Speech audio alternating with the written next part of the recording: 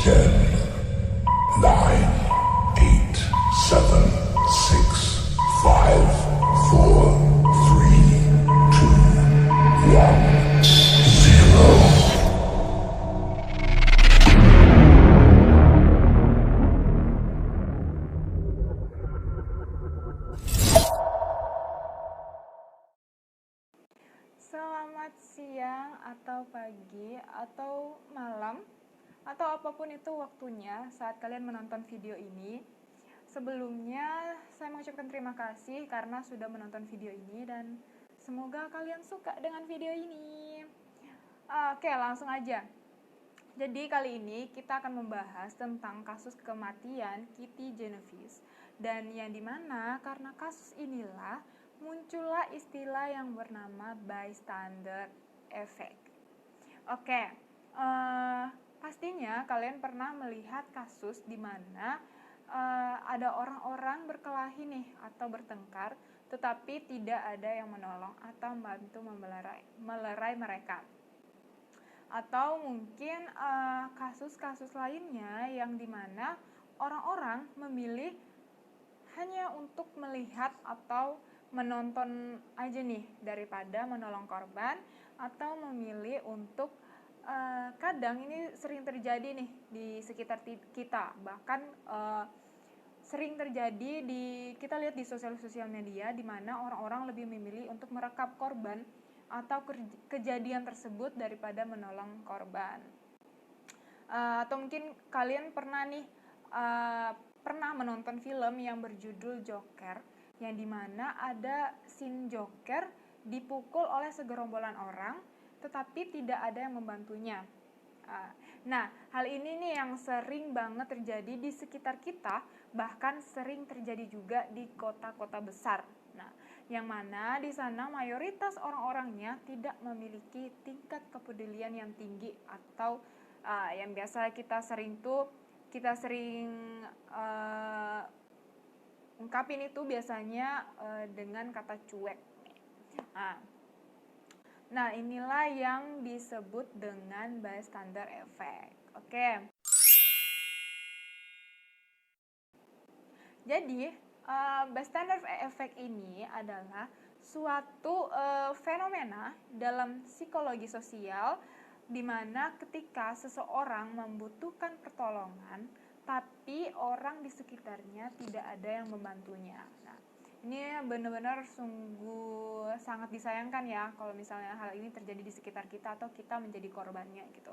Nah, hal ini dikarenakan karena orang-orang tersebut beranggapan bahwa akan ada orang lain yang menolong korban, tetapi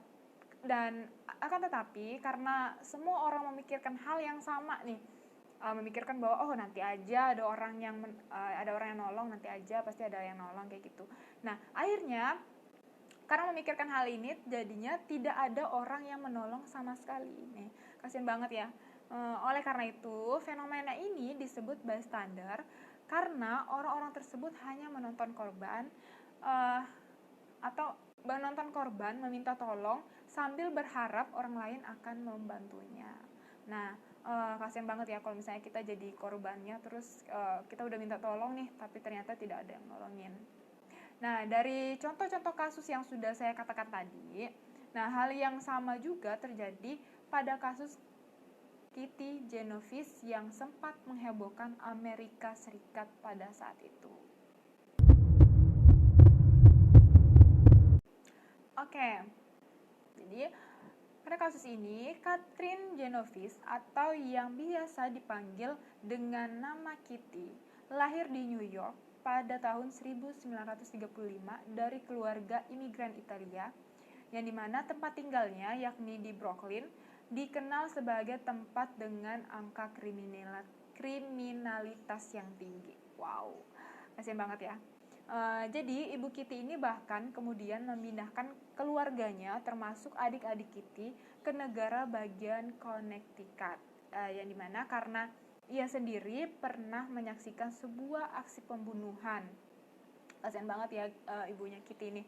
Namun Kitty yang kala itu baru saja lulus SMA memutuskan untuk tetap tinggal di New York nih dan mencari pekerjaan di sana.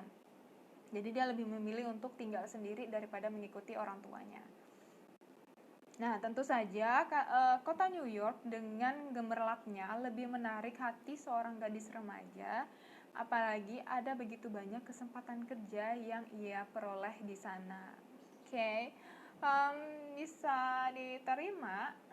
Namun selain itu, Kitty ternyata juga menyimpan sebuah rahasia nih. Rahasia. Nah, rahasia ini merupakan sebuah rahasia kelam yang disembunyikan dari keluarganya. Jadi dia menyembunyikan rahasianya ini dari keluarganya, orang tuanya. Nah, Kitty sebenarnya adalah seorang yang penyuka sesama jenis dan beruntungnya ia bisa menemukan tambatan hatinya, yaitu seorang wanita bernama Mary Ann Zielonko di New York. Nah, itulah salah satu alasan ia tetap tinggal di New York, itu karena Kitty ini sudah mempunyai seorang kekasih. Walaupun angka kriminalitas di sana yang mencemaskan, namun gaya hidup bebasnya ini mungkin lebih bisa diterima di kota metropolitan seperti di New York. Nah, di mana para tetangganya saling cuek, namun tentu saja takkan direstui oleh keluarga berdarah Italianya yang dikenal sebagai penganut Katolik yang amat taat. Nah, sayangnya karena keinginan Kitty untuk tinggal di wilayah dengan para tetangganya yang mengurusi diri mereka sendiri ketimbang urusan orang lain akan berbalik kepadanya bak bumerang. Nah, Kitty ini bekerja sebagai bartender dan bekerja amat giat untuk modalnya membuka sebuah restoran Italia. Hingga ia pun bekerja 2 shift hingga larut malam. Tentu saja yang namanya bar ini tidak mengenal kata tutup nih. Nah, bahkan ramai-ramainya justru pada malam hingga dini hari. Nah, dan pada tanggal 13 Maret tahun 1964 pukul 3:30 pagi, Kitty pulang dari bar tempat ia bekerja. Namun ia kala itu tidak mengetahui bahwa seorang pria tengah mengawasinya dan mengikutinya. Nah, Kitty pun tiba di depan apartemennya, namun siapa sangka bahwa pria dengan sebilah pisau itu mendekati Kitty lalu menusuknya. Wah, kasihan banget ya kalau misalnya ini terjadi ke kita gitu. Semoga enggak ya. Kitty pun berteriak minta tolong, namun pria itu kembali menusuk Kitty, bahkan memperkosanya. Wow. Serangan itu berlangsung selama setengah jam, dan setelah puas, pria itu mengambil uang sebanyak kurang dari $50 atau sekitar 500-an ribu rupiah, kalau misalnya dirupiahkannya nih. Nah, dari dompet Kitty gitu. Lalu setelah mengambil uang itu, pria itu pun melenggang pergi dengan mobilnya. Kala itu hanya ada satu orang tetangganya, yakni wanita yang bernama Sofia Farrar, yang berani keluar setelah kejadian itu dan menemukan tubuh Kitty yang berlumuran darah. Nah, berlumuran darah di depan pintunya. Kitty pun menghembuskan nafas terakhirnya di pangkuan tetangganya itu. Nah, setelah itu polisi dan ambulans segera berdatangan, namun sayangnya nyawanya tak terselamatkan. Kasian banget. Dan pada tanggal 16 Maret tahun 1964, Kitty pun dimakamkan di Connecticut, di dekat kediaman ibunya. Dan pada saat kejadian itu, parahnya ada sekitar 38 orang tetangganya yang menjadi saksi pembunuhan itu. Bahkan mereka pun mendengar teriakannya meminta tolong selama setengah jam. Nah, namun naasnya tak ada satupun dari mereka yang menolongnya. Padahal Kitty udah berteriak, tapi mereka tidak ada yang menolong. Penyelidikan pun berlangsung, namun sayangnya polisi tak begitu bersemangat menangani kasus ini karena dilihat dari gaya hidup Kitty yang dianggap melenceng. Bahkan kekasihnya yaitu Mary Ann justru dianggap sebagai pelakunya. Padahal udah jelas-jelas nih bahwa dari kesaksian para tetangganya ini mereka menjelaskan bahwa ciri-cirinya itu adalah seorang pria yang memperkosa Kitty dan membunuh Kitty. Nah, kasus ini Mary Ann dituduh karena identitas Kitty sebagai LGBT membuat kasusnya diabaikan dan tak dianggap serius. Namun justru sebuah kebetulanlah yang akhirnya memecahkan kasusnya dan membawanya kepada kebenaran. Nah, 6 hari setelah penusukan itu, seorang pria berkulit hitam bernama Winston Mosley tertangkap basah tengah merampok warga lain. Padahal dia udah membunuh Kitty, tapi dia masih setelah itu dia masih merampok warga lain gitu. Seorang detektif mengenali mobil Winston sebagai mobil sang pembunuh Kitty sesuai deskripsi para tetangga kala itu. Dan yang mengejutkan lagi, setelah ditangkap pria itu tak hanya mengaku membunuh Kitty, namun ia juga telah mencabut nyawa 2 gadis lainnya, yaitu Annie Mae Jensen dan Barbara Kralik. Wow. Jadi bukan Kitty aja nih yang menjadi korban, ternyata sebelum Kitty ada lagi yang lain. Bahkan Kitty bisa dianggap yang paling beruntung di antara semua korbannya. Tidak semua korbannya sebelum Kitty itu. Annie Mae ditembak dan dibakar hingga tewas, sedangkan Barbara itu korban lainnya masih berusia 15 tahun. Dan sang pelaku pun diadili dan kasus itu pun rampung dengan mudah. Kasus ini pun awalnya tak mendapat perhatian dari masyarakat karena dianggap sebagai kasus kriminalitas biasa yang kala itu kerap terjadi di kota New York. Namun semuanya berubah begitu seorang wartawan bernama Martin Gansberg mengangkat kisah Kitty ke dalam koran New York Times.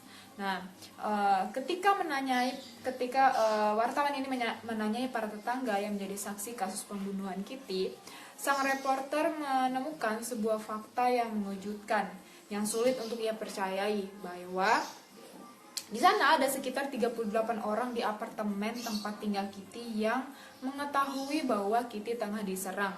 Mereka juga mendengar teriakannya meminta tolong selama setengah jam dan selama serangan itu berlangsung. Namun tak ada satupun dari mereka yang tergerak untuk menolong gadis malang itu. Semuanya diam di dalam kamar mereka, menutup telinga dan hati nurani mereka seakan tak sudi untuk terlibat. Nah, bahkan dalam salah satu wawancaranya, ia mendapati bahwa salah satu tetangga Kitty bahkan buru-buru menyalakan volume radionya dengan keras supaya dia tidak mendengar suara jeritan gadis itu, yaitu Kitty.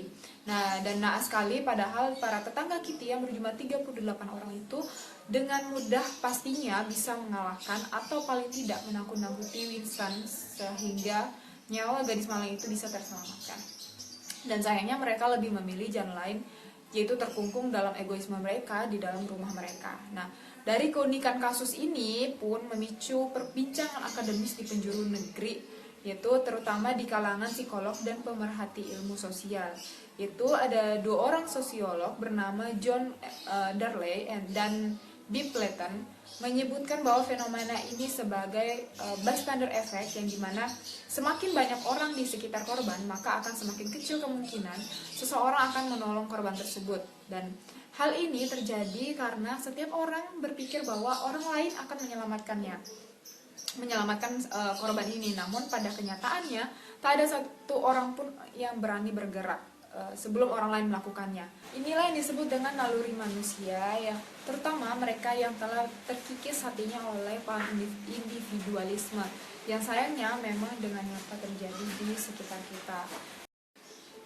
Nah, dari kasus kematian Kitty Genovese ini, pemerintah Amerika Serikat pun kemudian mencanangkan atau membuat program yang bernama 911, di mana 911 ini berupa nomor darurat yang bisa dihubungi apabila seseorang memerlukan pertolongan atau melaporkan sebuah tindak kejahatan.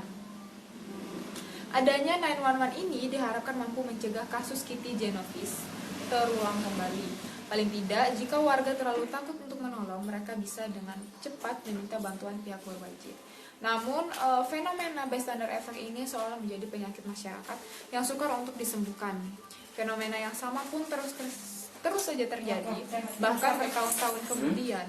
Pada tanggal 28 Desember tahun 1975, 10 tahun setelah kematian Kitty, seorang wanita bernama Sandra Zahler juga diserang hingga tewas di depan apartemennya. Para tetangganya pun mendengar kejadian itu namun memutuskan diam dan tidak menolong.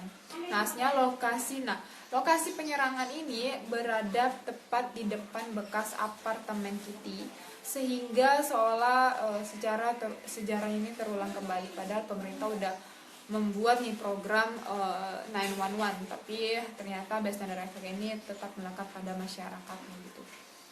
Nah, pada akhirnya dari kasus kematian Kitty ini kita bisa melihat nih, semuanya tergantung dari pilihan kita masing-masing. Apakah kita mau menolong orang yang kita lihat perlu ditolong, atau kita suatu saat kalau misalnya kita berada pada situasi di mana kita harus menolong orang tersebut atau orang tersebut meminta tolong, semuanya ada di tangan kita masing-masing atau pilihan kita masing-masing. Apakah kita mau menolong orang tersebut, apakah kita mau, atau kita hanya cuek-cuek saja atau menunggu orang lain untuk menolong gitu.